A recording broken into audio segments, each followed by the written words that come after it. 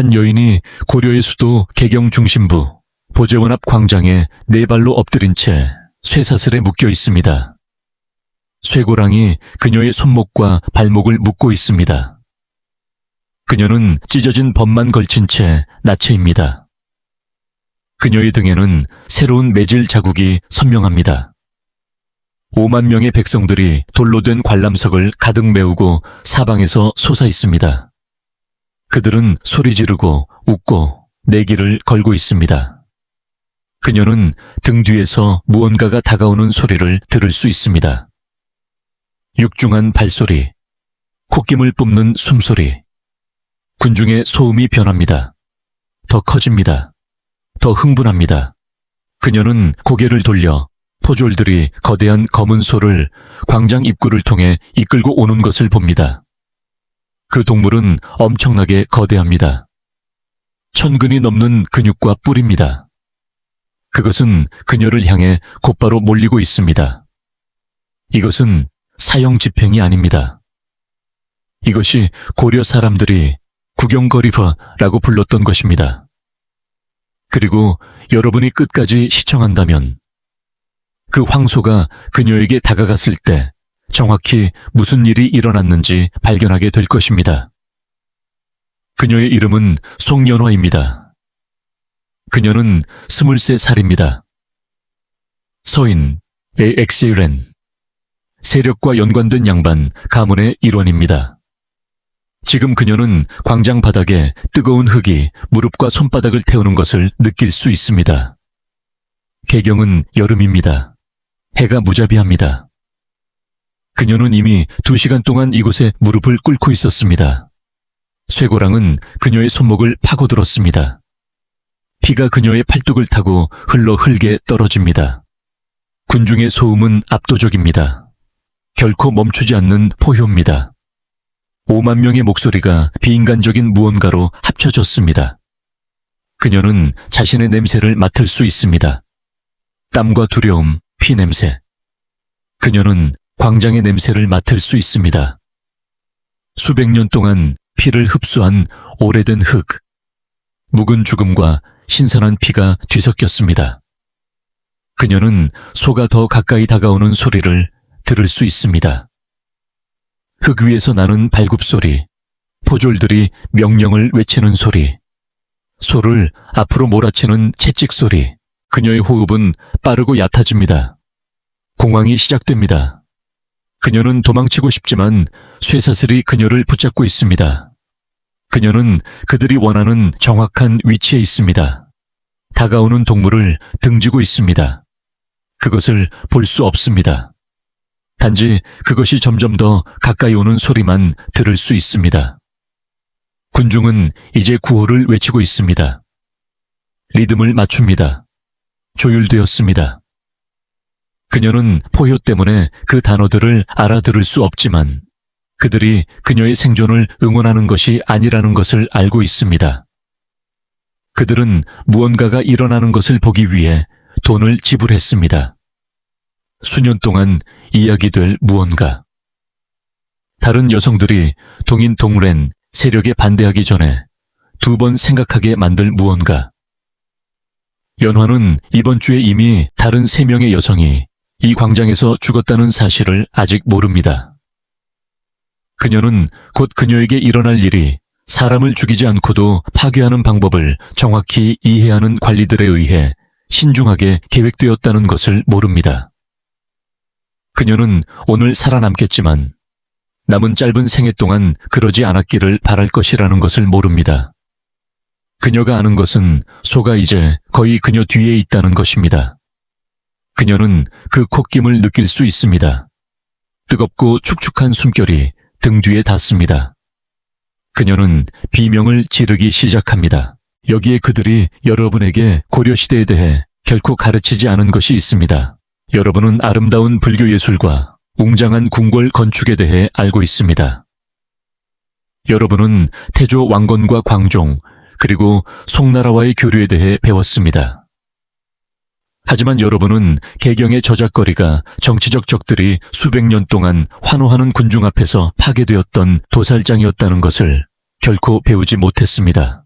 여러분은 국가 통제의 도구로서 공개적인 굴욕과 고문의 체계적인 사용에 대해 결코 듣지 못했습니다. 그리고 여러분은 정치 질서를 위협하는 여성들을 무너뜨리기 위해 관리들이 사용했던 구체적인 방법을 확실히 발견하지 못했습니다. 오늘 밤 여러분은 왜 광장이 단순한 시장터가 아니라 계산된 잔혹함의 극장이었는지 알게 될 것입니다.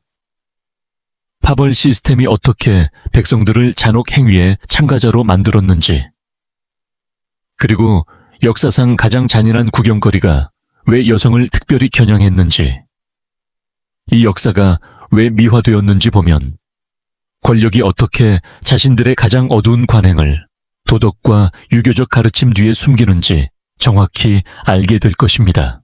이 역사가 묻으려고 했던 숨겨진 진실을 알고 싶다면 좋아요 버튼을 누르고 구독하세요.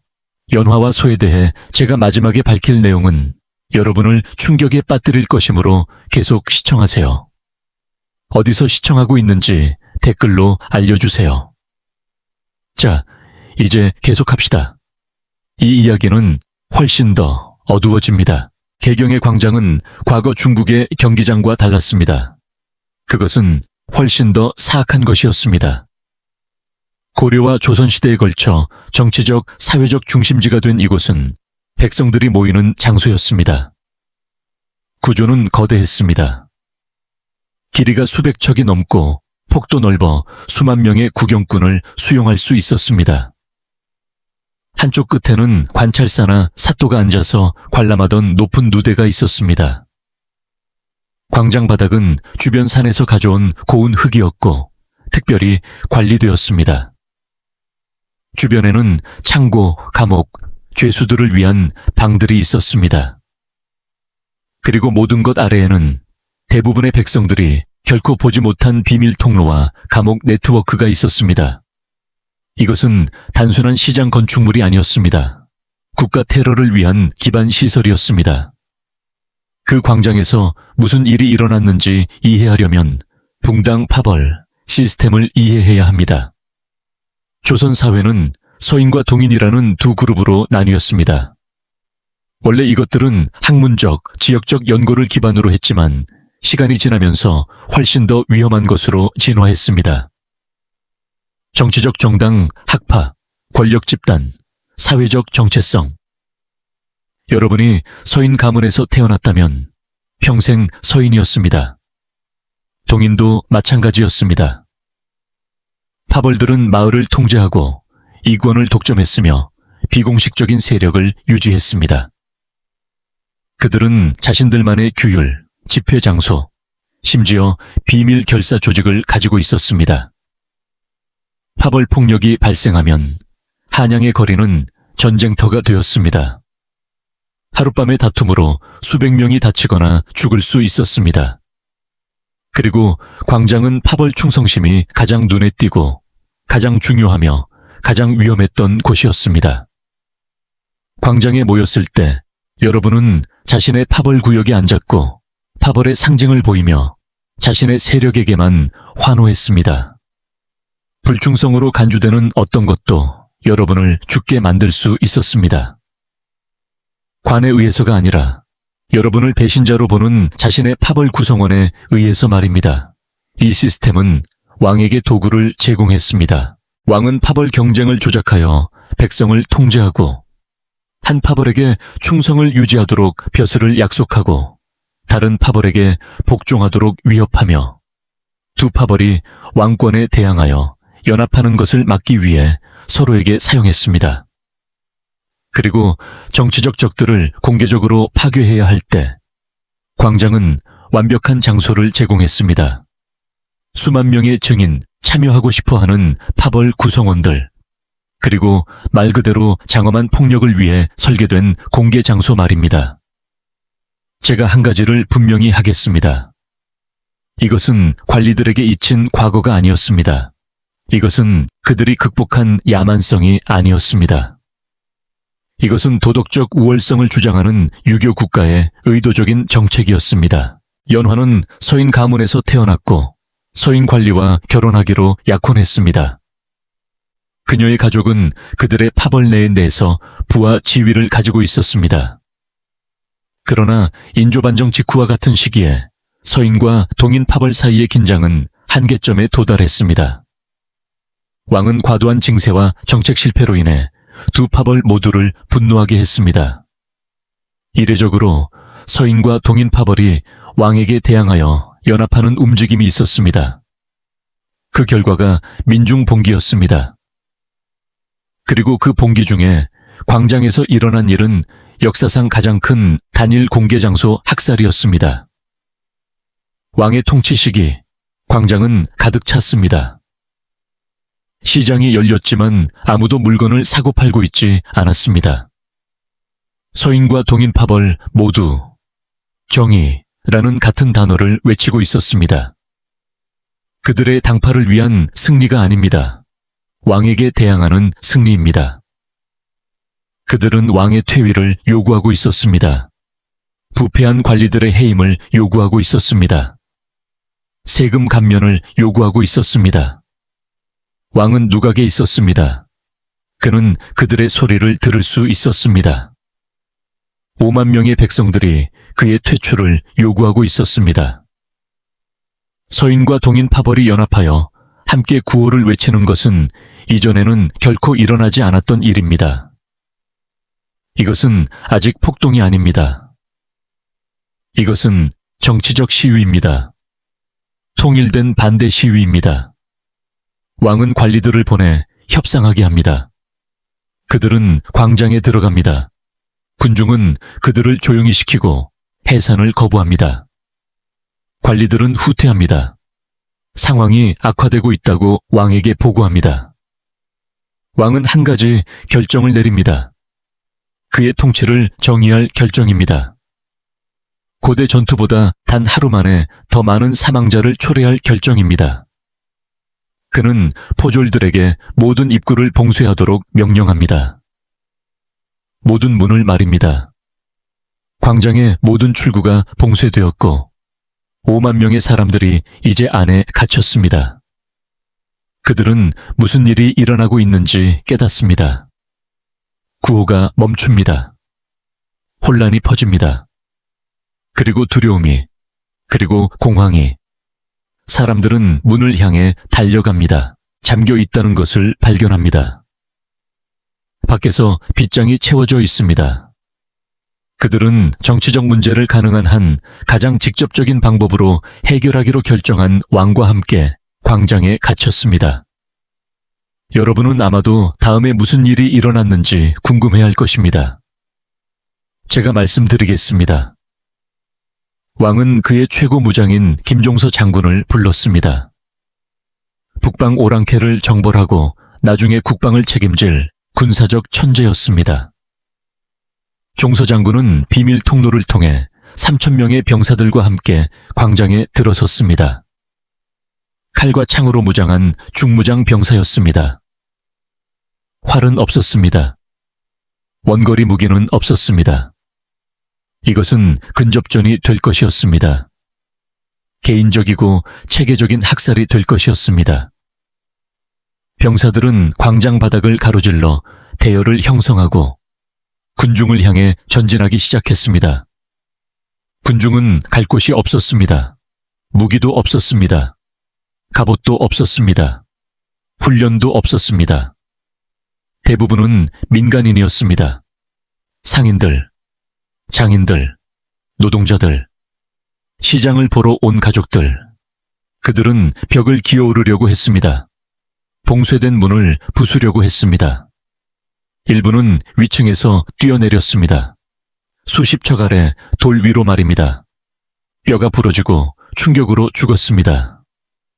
병사들은 군중 속으로 진입했고 학살을 시작했습니다. 체계적으로 효율적으로 구역을 따라 줄지어 움직였습니다.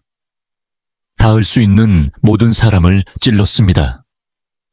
남성, 여성, 아이들, 노인. 차별이 없었습니다. 자비도 없었습니다. 이것은 몇 시간 동안 계속되었습니다. 비명소리는 도시 전체에 들렸습니다. 위층에 갇힌 사람들은 자신들에게 다가오는 작업을 지켜보았고 자신들의 차례가 오고 있다는 것을 알았습니다. 탈출할 수 없었습니다. 일부는 맨손으로 저항했지만 즉시 쓰러졌습니다. 일부는 자비를 구했지만 어쨌든 살해당했습니다. 일부는 병사들이 다가올 때 충격으로 굳어 서 있다가 그 자리에서 찔려 죽었습니다. 흙은 붉게 변했고 시체가 쌓인 통로에서 진흙탕이 되었습니다. 병사들은 시체를 넘어 올라가 그 뒤에 숨으려는 사람들에게 도달해야 했습니다. 밤이 되자 3만 명이 죽었습니다. 3만 명, 단 하나의 장소에서 단 하루 만에. 한국 역사상 가장 큰 단일 장소 학살이었습니다. 왕은 그의 정치적 문제를 해결했습니다. 더 이상 통일된 반대는 없었습니다. 더 이상 서인과 동인의 동맹은 없었습니다. 생존자들은 왕권에 도전했을 때 무슨 일이 일어났는지 기억할 것입니다. 그가 권력을 유지하기 위해 자신의 백성 수만 명을 죽일 수 있고 실제로 그렇게 할 것이라는 것을 기억할 것입니다. 지금 기분이 안 좋다면 그것은 적절한 반응입니다. 이것은 실제로 일어났습니다. 우리는 복수의 유교학자들이 그것을 기록했기 때문에 알고 있습니다. 실록, 야사, 숫자는 약간 다릅니다. 일부는 2만 5천 명이라고 말합니다. 일부는 3만 5천 명이라고 말합니다. 그러나 모두 봉기 중에 광장에서 수만 명이 사망했다는데 동의합니다. 하지만 그날 일어난 일은 학살만이 아니었습니다. 병사들이 군중을 죽이는 동안 왕의 관리들은 광장을 샅샅이 뒤져 특정 개인, 정치적 적, 파벌 지도자들을 식별했습니다. 반대파를 지지했던 부유한 가문들 말입니다. 이 사람들은 살해되지 않았습니다. 그들은 군중 속에서 끌어내려져 광장 바닥으로 끌려가 특별 대우를 위해 붙잡혔습니다. 그리고 그들 중에는 여성들이 있었습니다. 왕의 퇴출을 요구했던 서인 및 동인 관리들의 아내와 딸들이었습니다. 이 여성들은 잘못된 사람들과 관련이 있다는 것 외에는 아무런 범죄도 저지르지 않았습니다. 학살 후 며칠 동안 그들에게 일어난 일은 유교 국가가 성별에 따른 굴욕을 정치적 테러로 어떻게 사용했는지 보여줍니다. 이 세부 사항을 기억하세요. 우리가 연화와 그 소에게 무슨 일이 일어났는지로 돌아갈 때 결정적이 됩니다. 봉기 후 시줄 3명의 여성이 체포되었습니다. 모두 양반 가문 출신이었습니다. 모두 반대 파벌과 연관되어 있었습니다. 대부분은 가족과 함께 광장에 참석한 것 외에는 아무것도 하지 않았습니다. 하지만 왕권은 메시지를 보내야 했습니다. 단지 정치적 반대에 대해서만이 아니라 사회 계층에 대해서도, 양반 여성들의 적절한 행동에 대해서도, 잘못된 편에 섰을 때의 결과에 대해서도 말입니다. 이 여성들은 광장 아래의 방에 사흘 동안 갇혀 있었습니다. 음식과 물을 거부당했습니다. 기본적인 존엄성을 거부당했습니다. 그리고 넷째 날, 그들은 한 명씩 광장으로 끌려 나왔습니다. 광장은 다시 열렸습니다. 이번에는 더 작은 군중이었습니다.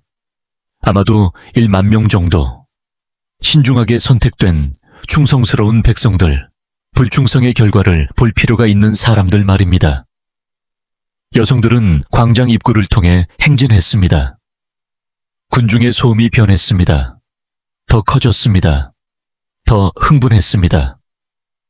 이 여성들은 나흘 전에는 비단 치마와 옥 장신구를 입었습니다. 이제 그들은 누더기를 입었습니다. 혹은 그보다 적게 입었습니다. 그들의 머리카락은 잘려나갔습니다. 단정하게 다듬은 것이 아닙니다. 칼로 싹둑 잘렸습니다. 불규칙하고 굴욕적이었습니다. 일부는 구타를 당했습니다. 눈에 띄는 멍과 상처가 있었습니다. 그들은 광장 트랙을 따라 퍼레이드를 했습니다. 줄지어 걸었습니다. 양쪽에 포졸들이 있었습니다. 군중은 소리치고 모욕하고 물건을 던지도록 격려받았습니다. 썩은 음식, 돌, 오물. 여성들은 전체 광장을 걸어야 했습니다. 수백 척을 말입니다. 수천 명 앞에서 공격받고 조롱당하면서 말입니다. 일부는 쓰러졌습니다. 끌어올려졌습니다. 계속하도록 강요받았습니다. 일부는 울었습니다. 일부는 침묵으로 존엄성을 유지했습니다. 모두 끝에 가서는 무너졌습니다. 행진 후 그들은 광장 중앙으로 끌려왔습니다. 무릎을 꿇게 했습니다. 전령이 그들의 죄를 읽었습니다. 역적을 지지한 죄, 반역자를 숨긴 죄, 왕권에 도전한 죄, 그들이 실제로 저지르지 않은 죄, 연관성의 죄, 가족의 죄, 파벌의 죄, 충성심의 죄, 그리고 그들의 처벌이 발표되었습니다. 귀양 유배, 재산 몰수, 영구적인 사회적 불명예. 그들은 멀리 보내졌습니다. 왕국의 먼 구석으로 보내졌습니다. 메시지는 분명했습니다. 자신들의 남편을 통제하지 못한 여성, 정치에 관여하지 못한 여성, 적절하게 복종하는 상태를 유지하지 못한 여성은 모든 것을 박탈당할 것입니다. 계급, 부, 존엄성, 정체성, 가능한 한 많은 증인 앞에서 말입니다. 이러한 패턴은 한국 역사 전반에 걸쳐 여성이 질서에 대한 위협으로 인식될 때마다 나타납니다. 하지만 봉기는 다른 것을 확립했습니다. 그들은 광장이 더 이상 단순한 시장이나 집회 장소가 아니라는 것을 확립했습니다. 그것은 처형장이었습니다. 국가의 적들이 공개적으로 파괴될 수 있는 장소였습니다. 그리고 관리들은 최대의 심리적 영향을 위한 구체적인 방법을 개발했습니다. 그중 하나는 영구적인 신체 훼손입니다. 관리들은 정치적 처벌로서 신체 훼손시키는 것을 완성했습니다. 그것은 외과적이었습니다. 정밀했습니다. 사람을 죽이지 않고 권력에서 제거하도록 설계되었습니다. 경쟁자의 몸을 훼손하면 그는 왕위를 주장할 수 없었습니다. 군대를 이끌 수 없었습니다. 여러분을 위협할 수 없었습니다. 하지만 그는 살아 있었습니다. 경고로서, 상기시키는 것으로서, 너무 높이 도달한 사람들에게 무슨 일이 일어났는지에 대한 눈에 보이는 상징으로서 말입니다. 그리고 많은 신체 훼손이 광장에서 일어났습니다. 군중 앞에서 공개적인 구경거리로서 말입니다. 제가 한 가지 구체적인 사례에 대해 말씀드리겠습니다. 숙종시대에 있었던 영모 가담자의 공개 신체 훼손입니다. 영모 가담자는 전투에서 패배했습니다. 붙잡혔습니다. 왕실의 반역을 시도했습니다. 그의 정치적 적들은 기회를 보았습니다. 그들은 그를 폐위시키고 새로운 관리들을 선포했습니다. 하지만 그는 여전히 지지자들이 있었습니다. 여전히 정당성이 있었습니다. 그래서 그들은 그를 광장으로 데려왔습니다. 그의 죄를 선포했습니다. 반역, 무능, 국가를 위험에 빠뜨린 죄, 그리고 집행관이 달궈진 쇠집게를 들고 다가왔습니다. 군중은 침묵했습니다. 이 부분은 주의를 요했습니다. 영모 가담자는 포졸들에게 붙잡혔고 그의 몸은 제자리에 고정되었습니다. 집행관은 달궈진 소의 집게를 그의 몸 일부에 가져다 댔습니다. 먼저 오른쪽 팔에 3초 동안 그것을 유지했습니다. 살이 타들어갔습니다. 체액이 슉슉 소리를 내며 증발했습니다. 타는 살냄새가 광장에 퍼졌습니다. 그리고 왼쪽 팔에 같은 과정이었습니다. 영모 가담자는 내내 비명을 질렀습니다. 군중은 지켜보았습니다. 일부는 공포 속에서, 일부는 매료되어, 대부분은 침묵 속에서. 그들이 잘못된 파벌을 선택하면 잘못된 왕을 지지하면, 잘못된 정치적 선택을 하면 이것이 그들에게 닥칠 수 있다는 것을 이해했습니다. 그것이 끝났을 때 그는 끌려갔습니다. 몸이 훼손된 채, 무너진 채. 그는 사형당하기 전에 몇 년을 더 감옥에서 살았습니다. 상처의 감염으로 사망했습니다. 하지만 그 몇 년 동안 그는 그의 목적을 수행했습니다. 누군가가 훼손된 전직 관리의 몸을 볼 때마다 그들은 기억했습니다. 여러분이 패배했을 때 무슨 일이 일어나는지, 권력에서 떨어졌을 때, 여러분 위의 사람들을 위협했을 때 무슨 일이 일어나는지 말입니다. 하지만 신체 훼손은 빨랐습니다. 몇 분 안에 끝났습니다. 관리들은 더 오래 지속되는 다른 방법을 개발했습니다. 군중에게 볼거리를 더 많이 제공하고 더 많이 기억하게 하는 방법입니다. 그중 하나는 수레와 관련이 있었습니다. 시장을 돌아다니던 그 수레들은 처형에도 사용될 수 있었습니다. 반란군이나 붙잡힌 적들은 수레 뒤에 묶였습니다. 팔과 다리가 묶였습니다. 몸통 주위에 밧줄이 감겼습니다. 그런 다음 소나 말이 몰렸습니다. 천천히, 더 통제되게 몸은 광장 주위를 끌려다녔습니다. 수백 척을 흙과 돌 위에서. 마찰은 피부를 찢었습니다. 뼈를 부러뜨렸습니다. 그 사람은 천천히 죽었습니다. 조각조각 말입니다. 때로는 여러 바퀴를 돌게 했습니다. 때로는 수레가 중간에 멈췄고 포졸들이 희생자가 아직 살아있는지 확인했습니다. 그렇다면 계속했습니다. 그렇지 않다면 시체는 어쨌든 나머지 길을 끌려갔습니다. 본보기로서, 경고로서, 그것을 본 모든 사람에게 깊이 새겨진 구경거리로서 말입니다. 이러한 처형은 드물었습니다. 최악의 범죄를 위해서만 예약되었습니다. 대역죄, 왕에 대한 반란. 하지만 그들이 일어났을 때 도시 전체가 그것에 대해 알았습니다. 광장은 가득 찼습니다. 서서 볼 자리만 있었습니다. 사람들은 보고 싶어 했습니다. 봐야 했습니다. 왕실은 그들이 보도록 만들었습니다. 제가 언급하려는 문서들은 역사가들이 공개적으로 거의 논의하지 않는 방법들을 드러냅니다. 하지만 수레 처형과 신체 훼손은 개인적인 처벌이었습니다.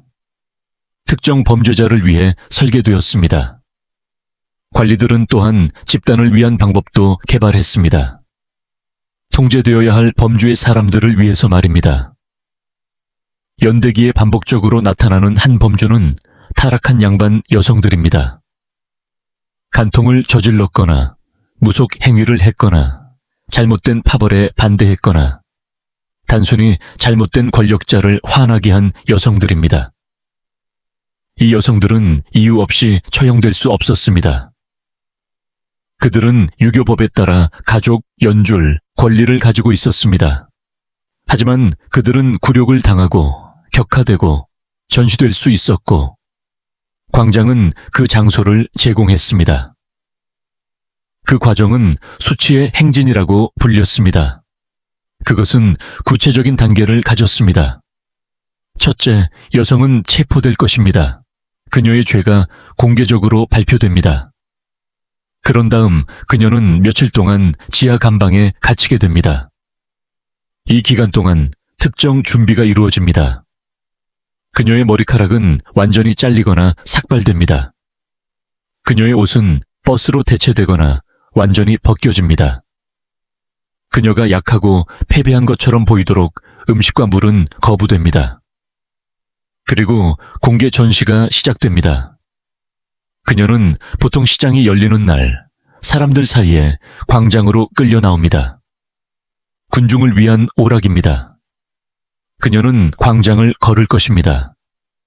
양쪽에 포졸들이 있습니다. 그녀의 이름이 발표됩니다. 그녀의 죄가 나열됩니다. 군중은 반응할 것입니다. 소리치고 야유하고 쓰레기를 던집니다.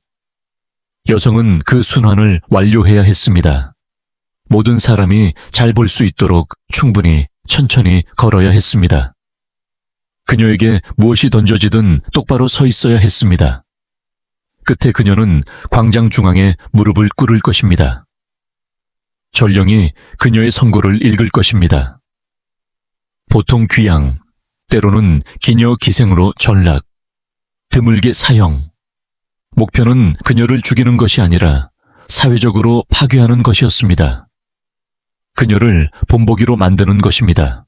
다른 여성들에게 허용되는 경계를 벗어났을 때, 정치 질서를 위협했을 때, 자신의 자리를 잊었을 때 무슨 일이 일어나는지 보여주는 것입니다. 이것이 오늘날 일어나고 있는 일과 어떻게 연결되는지 보여드리겠습니다.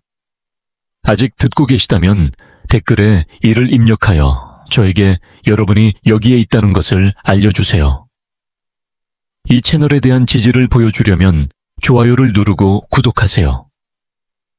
이제 계속합시다. 여러 왕비와 후궁들은 여성 라이벌을 파괴하기 위해 광장을 특별히 사용했습니다. 숙종의 후궁이었던 장희빈과 같은 세력들. 그들은 가난에서 권력으로 올라섰습니다. 궁녀로 삶을 시작했고 나중에 왕의 여인이 되었습니다. 역사상 가장 강력한 여성 중 한 명이 되었지만 그녀는 자신을 깔봤던 여성들을 결코 잊지 않았습니다. 그녀의 낮은 출신을 조롱했던 여성들, 그녀를 가치 없다고 불렀던 여성들, 그녀가 권력을 얻었을 때 그녀는 그들을 파괴했습니다. 세 가지 문서화된 사례가 존재합니다. 그녀가 권력을 잡기 전에 장희빈을 모욕했던 3명의 양반 여성. 3명 모두 장희빈이 권력을 잡은 지 1년 이내에 광장으로 끌려왔습니다. 3명 모두 수치의 행진을 당했습니다. 비단과 보석을 입고 최고의 자리에 앉아있던 그들을 보았던 똑같은 군중 앞에서 옷이 벗겨지고 머리가 잘리고 전시되고 굴욕을 당했습니다. 왕은 이 전시에 자신이 참석하도록 했습니다. 누각에 앉아서 지켜보면서 그들이 걸어 지나갈 때 그 여성들과 눈을 마주치면서 누가 이것을 명령했는지 그들이 정확히 알도록 했습니다. 누가 이제 권력을 가졌는지, 누가 그들의 운명을 통제하는지. 3명 중 2명은 추방된 후 사망했습니다. 세 번째는 관비, 관청노비로 전락했고 다시는 소식을 들을 수 없었습니다. 장희빈 세력은 그들을 지워버렸습니다. 과거의 모욕이 잊혀지지 않았음을 보여주기 위해 광장을 사용했습니다. 그들이 누구에게든 닿을 수 있다는 것을, 누구든 파괴할 수 있다는 것을, 그들의 가족이나 이전 지위와 상관없이 말입니다. 메시지는 전달되었습니다. 그 후 아무도 장희빈 세력에 대해 감히 말하지 않았습니다. 하지만 개인적인 복수 이상으로 굴욕을 위한 광장의 많은 사용은 순전히 정치적이었습니다. 계산된 테러였습니다. 여러 연대기에 나타나는 한 가지 방법은 역사가들이 조롱관직 임명식이라고 부르는 것입니다. 반란군이 붙잡혔을 때, 찬탈자가 실패했을 때, 정치운동이 분쇄되었을 때, 지도자들은 처형전의 의식적인 굴욕을 위해 광장으로 끌려왔습니다. 이것은 단순한 살인이 아니었습니다. 이것은 연극이었습니다. 반란군은 왕족만을 위한 예복을 입게 될 것입니다. 가짜 벼슬이 주어질 것입니다. 값싼 관모. 때로는 죄인을 상징하는 붉은 옷, 유교적인 이미지였습니다. 백성들에게 주는 메시지는 의도적이었습니다. 조롱하는 것이었습니다. 가짜 관리는 가짜 팡파르와 함께 광장에 전시될 것입니다. 군중은 웃을 것입니다. 야유할 것입니다. 그들이 연극을 보고 있다는 것을 이해할 것입니다. 조롱을 통해 권력이 스스로를 주장하는 것을 보고 있는 것입니다. 반란군은 광장 중앙의 의자에 앉아 왕실 업무를 보는 척 강요받을 것입니다. 포졸들이 다가올 것입니다. 절하는 척하다가 그를 때릴 것입니다. 구타할 것입니다. 여전히 관모와 예복을 입은 채 여전히 왕실 관료인 척하면서 구타가 진짜가 될 때까지, 피가 예복을 적실 때까지, 관모가 떨어질 때까지, 반란군이 더 이상 서 있을 수 없을 때까지. 그런 다음 진짜 처형이 시작될 것입니다. 때로는 참수, 때로는 신체 훼손, 그리고 느린 죽음, 때로는 혁신, 가장 강력한 메시지를 보낼 수 있는 모든 것, 기억되고 반복될 수 있는 모든 것. 다음 잠재적 반란군이 왕권에 도전하기 전에 2번 생각하게 만들 모든 것 말입니다. 여러분은 유교 국가가 실제로 얼마나 문명화되었는지에 대해 의심하는 것이 옳았습니다. 그렇다면 평범한 사람들은 왜 이 시스템에 참여했을까요? 유교 국가의 백성들이 왜 이 구경거리를 보고도 그들에게 반란을 일으키지 않았을까요? 그 심리는 복잡하지만 이해할 수 있습니다. 첫째, 파벌 충성심이 있었습니다. 희생자가 반대 파벌 출신이라면 여러분은 그들의 파괴를 응원했습니다. 서인은 동인이 굴욕당하는 것을 보는 것을 좋아했습니다. 동인은 서인이 고통받는 것을 보는 것을 좋아했습니다. 이것은 자동적인 관객 참여를 만들었습니다. 관중들을 공범자로 만들고 결과에 투자하게 했습니다. 둘째는 두려움을 통한 사회 통제였습니다. 보는 모든 사람은 자신이 다음 차례가 될 수 있다는 것을 이해했습니다. 어떤 실수라도, 어떤 정치적 실수라도, 잘못된 사람들과의 어떤 연관성이라도 여러분이 쇠사슬에 묶인 사람이 될 수 있었습니다. 전시되는 사람. 신체가 훼손되거나 구타당하거나 굴욕당하는 사람이 될 수 있었습니다. 광장에 있는 것보다 군중 속에 있는 것이 낫습니다. 셋째는 종교적 정당화였습니다. 왕은 하늘의 아들, 천자이라고 주장했습니다. 왕은 신의 대리인이었습니다. 그의 적들은 신의 적들이었습니다. 그들이 처벌받는 것을 보는 것은 신의 정의를 목격하는 것이었습니다. 넷째는 오락 부족이었습니다. 광장은 이용 가능한 몇 안 되는 공공 오락 중 하나였습니다. 시장과 축제는 정기적으로 열렸지만 예측 가능했습니다. 이러한 특별한 구경거리들은 드물고 새롭고 흥미로웠습니다. 사람들은 볼 것이 다른 것이 없었기 때문에 참석했습니다. 볼 것이 다른 것이 없었기 때문에 말입니다. 이것이 쇼였습니다. 다섯째는 단순한 인간의 어둠이었습니다. 허가를 받았을 때 우리 모두 안에 존재하는 잔혹함의 능력, 수천 명의 다른 사람들이 같은 일을 하고 있을 때, 권위가 이것이 용납될 수 있다고 말할 때, 희생자가 충분히 타자화될 때, 사람들은 끔찍한 것을 볼 수 있습니다. 그것들을 응원할 수 있습니다. 열렬히 참여할 수 있습니다. 관리들은 이것을 이해했습니다. 그것을 체계적으로 착취했습니다. 그것을 중심으로 전체 통제 시스템을 구축했습니다. 광장은 단순한 장소가 아니었습니다. 그것은 동의를 제조하는 기계였습니다. 인구를 복종으로 외상화시키는 기계였습니다. 저항이 헛되고 장엄하게 처벌될 것임을 보여주는 기계였습니다.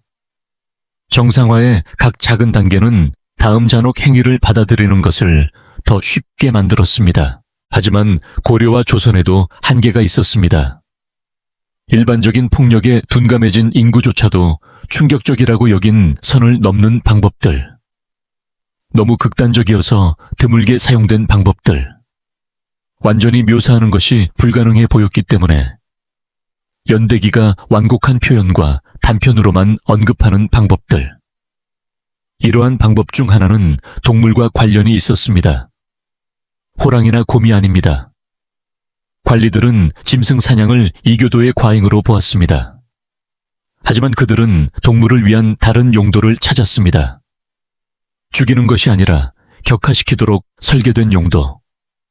신체적 해보다 심리적 외상을 만들도록, 고통보다 굴욕을 통해 사람들을 무너뜨리도록 말입니다. 제가 연화에게 실제로 무슨 일이 일어났는지 말씀드리겠습니다. 우리가 처음에 만났던 여성, 다가오는 소와 함께 광장에 네 발로 쇠사슬에 묶여있던 여성 말입니다. 여러분은 이것을 기다려왔습니다. 여러분은 답을 약속받았습니다. 여기에 있습니다. 여기에 그들이 묻으려고 했던 진실이 있습니다. 연화는 처형되는 것이 아니었습니다. 소는 그녀를 뿔로 들이받으려는 것이 아니었습니다. 포졸들은 소가 그녀를 죽이도록 내버려 두지 않을 것이었습니다. 그들이 하려던 일은 소가 그녀를 공포에 떨게 하는 것이었습니다. 그녀가 명확하게 볼 수 없는 등 뒤에서 다가오도록 내버려 두는 것이었습니다. 단지 그것의 소리만 들을 수 있도록, 냄새만 맡을 수 있도록, 숨결만 느낄 수 있도록. 그 소는 야생이 아니라 훈련된 것이었습니다. 포졸들은 밧줄과 꼬챙이로 그것을 통제했습니다. 그들은 그것을 그녀의 바로 뒤에 배치했습니다. 그녀가 그 무게, 그 존재를 느낄 만큼 충분히 가까이 말입니다. 군중은 소리 지르고 있었고 무슨 일이 일어날지에 대해 내기를 걸고 있었습니다. 그녀가 무너질지, 그녀가 애원할지, 그녀가 침묵을 유지할지. 소는 앞으로 인도되었습니다. 공격하지 않았습니다. 단지 존재했습니다. 그녀의 드러난 등 쪽으로 거대한 머리를 숙였습니다. 공포는 절대적이었습니다. 연화는 자신이 곧 죽을 것이라고 믿었습니다. 소가 가능한 최악의 방식으로 그녀를 해칠 것이라고 믿었습니다. 그 예상은 몇 분 동안 지속되었고 몇 시간처럼 느껴졌습니다. 포졸들은 그것이 진행되도록 내버려 두었습니다. 두려움이 작동하도록 내버려 두었습니다. 그녀의 상상력이 현실보다 더 끔찍한 고통을 만들도록 내버려 두었습니다. 마침내 그들은 소를 끌어당겼습니다. 광장 입구 쪽으로 다시 인도했습니다. 연화는 쓰러졌습니다. 여전히 쇠사슬에 묶인 채, 여전히 네 발로, 흐느끼며 떨면서 완전히 무너진 채. 군중은 터져 나왔습니다. 일부는 환호하고, 일부는 웃고, 일부는 공포에 질린 침묵 속에서. 그녀는 만져지지 않고도 파괴되었습니다. 순수한 동물적 공포로 전락했습니다. 존엄성을 박탈당했습니다. 평정심을 박탈당했습니다. 인간성을 박탈당했습니다. 그리고 그녀는 그것을 안고 살아야 했습니다. 5만 명의 사람들이 그녀가 무너지는 것을 보았다는 것을, 그녀가 무력한 먹이로 전락하는 것을 보았다는 것을, 기억할 것이라는 것을, 이야기를 할 것이라는 것을, 절대적인 굴욕의 대명사로 그녀의 이름을 사용할 것이라는 것을 말입니다. 그녀는 다음 날 풀려났습니다. 귀양 보냈습니다. 2년 후 사망했습니다. 사이에는 기록되지 않았습니다. 하지만 그 구경거리는 목적을 달성했습니다. 다른 여성들은 무슨 일이 일어났는지 보았습니다. 다른 가족들은 반대의 대가를 이해했습니다. 다른 양반들은 다른 정치적 선택을 했습니다. 이 모든 것이 소와 한 여성, 그리고 오락으로 수행된 계산된 심리적 파괴 때문이었습니다. 이것이 관리들이 했던 일입니다. 이것이 왕이 승인했던 일입니다. 이것이 수백 년 동안 광장에서 일어났던 일입니다. 광장의 폐허는 현대 한국에 여전히 존재합니다. 여러분은 그곳을 방문할 수 있습니다. 5만 명의 사람들이 피를 위해 소리쳤던 땅을 걸을 수 있습니다. 연화가 쇠사슬에 묶여 무릎을 꿇었던 곳에 설 수 있습니다. 상상할 수 없는 잔혹함을 목격했던 돌들을 만질 수 있습니다. 대부분의 관광객들은 전혀 모릅니다. 그들은 고대 건축물을 봅니다. 사진 찍을 기회, 역사 유적지, 그들은 학살에 대해 모릅니다. 신체 훼손에 대해, 굴욕에 대해, 체계적인 테러에 대해 모릅니다. 그 역사는 미화되었습니다. 덮여졌습니다. 단순히 정치적 폭력으로 재구성되었습니다. 상황상 불행하지만 이해할 수 있는 것으로 말입니다. 아닙니다. 이것은 계산된 것이었습니다. 체계적이었습니다. 장엄한 잔혹함을 통해 인구를 통제하기 위해 정교하게 설계되었습니다. 관리들은 원시적인 야만인이 아니었습니다. 그들은 교육받은 유교 문명이었고 확고한 법률 전통을 가지고 있었습니다.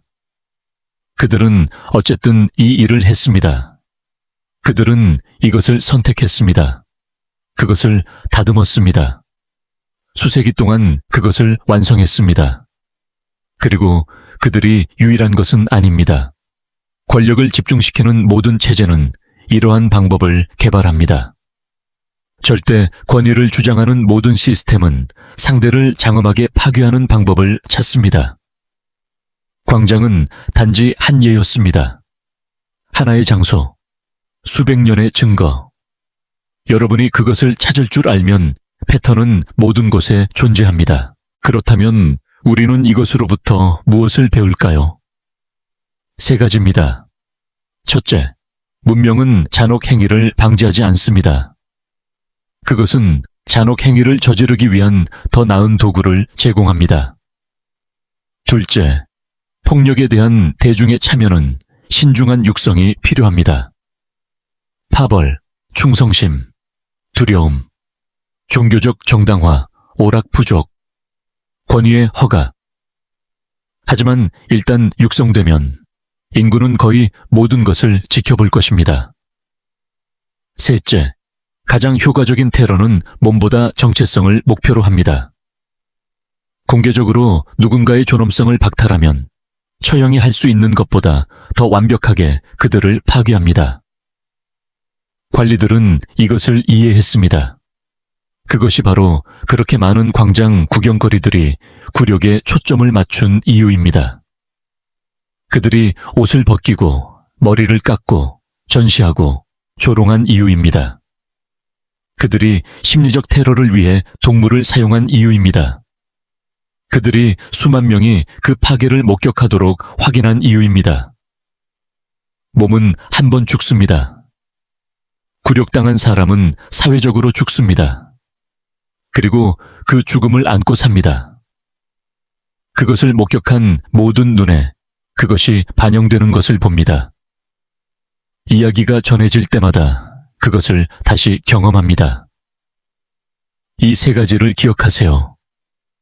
25세에 사망한 연화를 위해 여전히 그 소가 그녀에게 다가왔던 순간에 갇힌 채 여전히 무력한 공포를 느끼면서 여전히 5만 명의 사람들이 웃는 소리를 들으면서 봉기 후에 전시되었던 23명의 양반 여성들을 위해 광장에서 학살당한 3만 명의 백성들을 위해 군중 앞에서 신체가 훼손된 영모 가담자를 위해 처형 전에 가짜 관모를 썼던 모든 반란군을 위해 수레에 묶여 끌려다녔던 모든 사람을 위해 수치의 행진과 조롱 재판과 파벌 폭력의 모든 희생자들을 위해 그들은 단순한 각주 이상으로 기억될 가치가 있습니다.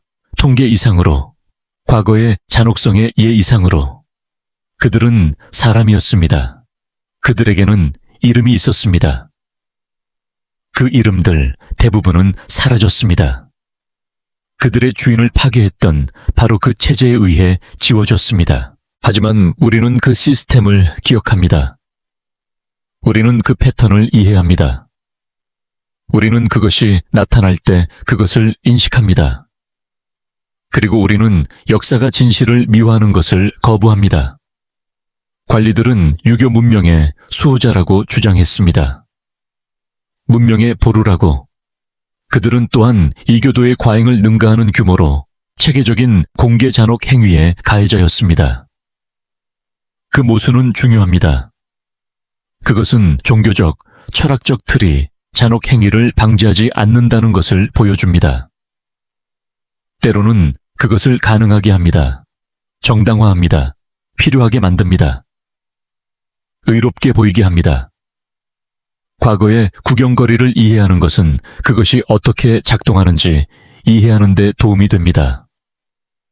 어떻게 선량한 사람들이 끔찍한 일에 참여하는지, 어떻게 군중이 고통을 응원하는지, 어떻게 체제가 정의로 위장된 계산된 테러를 통해 통제를 유지하는지 말입니다. 여러분은 방금 역사상 가장 어두운 장들 중 일부에 대해 배웠습니다. 대부분의 교과서가 얼버무리거나 완전히 무시하는 것들입니다. 이 진실이 중요하다고 생각한다면, 이 희생자들이 기억될 가치가 있다고 믿는다면, 지금 바로 이 채널을 구독하세요. 구독 버튼을 누르세요. 이 이야기들은 이야기될 필요가 있습니다. 이 영상을 공유하세요. 조회수를 위해서가 아니라 사람들이 절대 권력을 가질 때 체제들이 무엇을 하는지 이해할 필요가 있기 때문입니다. 댓글을 남기세요. 어디서 시청하고 있는지 저에게 알려주세요. 어떤 구경거리가 여러분에게 가장 충격을 주었는지 저에게 말해주세요. 이것들은 단순한 역사 수업이 아닙니다. 이것들은 경고입니다. 광장은 폐쇄되었습니다. 왕조는 몰락했습니다. 하지만 그 방법들은 살아남았습니다. 그 패턴들은 지속됩니다. 그것들을 이해하는 것이 우리가 그것들을 인식하는 방법입니다. 우리가 그것들에 저항하는 방법입니다. 우리가 응원하는 군중이 되는 것을 거부하는 방법입니다. 다음번에는 과거의 잔혹한 처벌 방식들이 어떻게 인간의 심리를 파괴했는지에 대한 또 다른 이야기를 해드릴 것입니다. 완곡한 표현과 단편에 묻힌 또 다른 이야기. 강력한 기관들이 지우려고 했던 또 다른 진실입니다. 여러분은 그것을 놓치고 싶지 않을 것입니다. 광장의 돌들을 기억하세요. 그 광장의 먼지는 수천 명의 잊혀진 희생자들의 유해를 담고 있습니다. 그들의 목소리는 침묵당했습니다. 그들의 이름은 지워졌습니다. 하지만 그들의 고통은 현실이었습니다. 그리고 그들의 이야기를 말함으로써 우리는 그들을 부활시킵니다. 그들의 운명을 배움으로써 우리는 그들의 기억을 존중합니다. 그들에게 행해진 일을 이해함으로써 우리는 그것이 그들의 고통을 넘어서는 의미를 갖도록 보장합니다. 그들은 단순한 희생자가 아니었습니다. 그들은 경고였습니다. 그들은 피와 테러와 굴욕으로 쓰여진 교훈이었습니다. 그들은 문명이 잔혹함과 공존할 수 있다는 증거였습니다. 유교가 잔혹 행위를 정당화할 수 있다는 증거였습니다. 선량한 사람들이 악을 보고 응원할 수 있다는 증거였습니다. 그들은 체제가 항상 그들의 방법을 숨긴다는 증거였습니다. 항상 그들의 역사를 미화한다는 것을, 항상 그들이 그랬던 것보다 더 문명화된 것처럼 자신을 제시한다는 것을, 그들을 내버려 두지 마세요. 미화된 버전을 받아들이지 마세요. 진실을 요구하세요. 진짜 역사를 배우세요. 진짜 희생자들을 기억하세요. 왜냐하면 있는 대가는 아는 대가보다 항상 높기 때문입니다. 비록 아는 것이 추악할지라도 말입니다.